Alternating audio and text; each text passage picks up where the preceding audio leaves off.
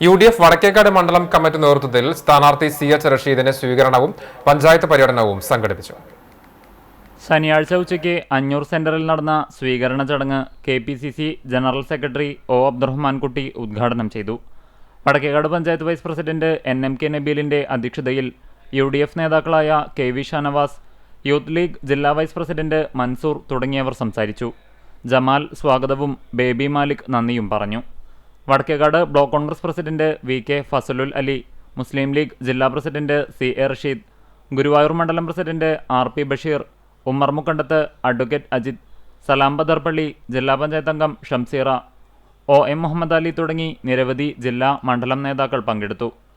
തുടർന്ന് വടക്കേക്കാട് പഞ്ചായത്തിന്റെ വിവിധ മേഖലകളായ വൈലത്തൂർ, അണ്ടിക്കോട്ടിൽ കടവ്, നായരങ്ങാടി, ഞമനങ്ങാട്, വട്ടമ്പാടം, കൊമ്പത്തൽപ്പടി, മണികണ്ഠേശ്വരം, കൊച്ചന്നൂർ, ജൂതംകുളം, വടക്കേക്കാട് എന്നിവിടങ്ങളിൽ പര്യടനം നടത്തി. വിവിധയിടങ്ങളിൽ നടന്ന സ്വീകരണ ചടങ്ങുകളിൽ കബീർ ഫൈസി, അജയകുമാർ, നിഖിൽ കൃഷ്ണൻ, അസീസ് മന്നലാങ്കുന്ന്, മൻസൂർ, ശ്രീധരൻ മാക്കാലിക്കൽ തുടങ്ങിയവർ സംസാരിച്ചു.